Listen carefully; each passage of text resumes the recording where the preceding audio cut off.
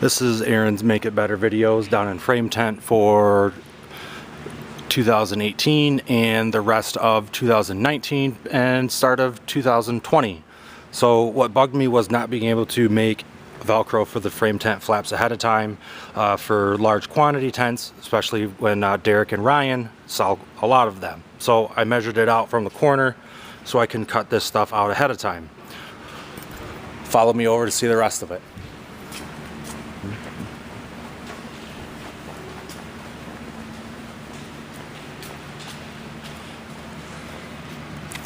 If you remember this little thing from last January, this is my Sierra Peak template. This basically makes it consistent from the top down so every seam and all the art will line up. The last one I made out of vinyl, it was kind of getting old and beat up. This one's out of a little bit harder of a card plastic, should stand up. Next, this is what I would use to clean the frame tent table. This is a large table. Very small Swiffer. This is probably about the size of a stack of white balls that I would use to clean the table as well as the Miller machine. So instead what I got is a nice tabletop cleaner that is specifically made for wood flooring. Much bigger, as you can see. Next, the one thing that bothered me was being able to make the Sierra corner reinforcements ahead of time. But the one thing that bothered me the most was having to use a ruler to make sure that I got all the spacing right so that the RF welding bars would fit. So what I did was I made a little template that was exactly the same size as the bars and the exact same angle that I would need to trace out a line to sew the webbing correctly.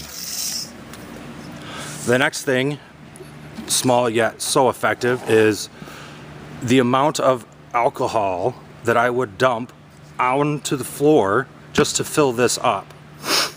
So, funnel. Real simple, real easy. The next thing, if you've ever sewn a frame tent like I have, you basically know that when you sew the webbing, you're kind of sewing it blind. So if you don't know how much webbing you have ahead of time, you run out. And if you've ever run out while sewing a frame tent, you know that it's not the most pleasant thing.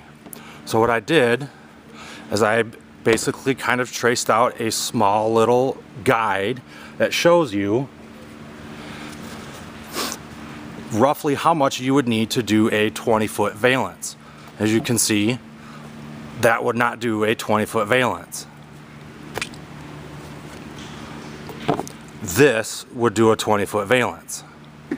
And the last thing, which I'm rather proud of, is I found this pole with a hook on it. Thought I could use this for something.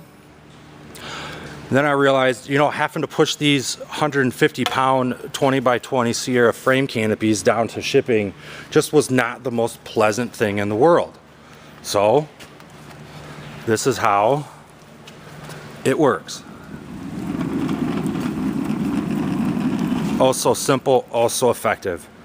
And what did I do with all of these things? I made my life really easy and made it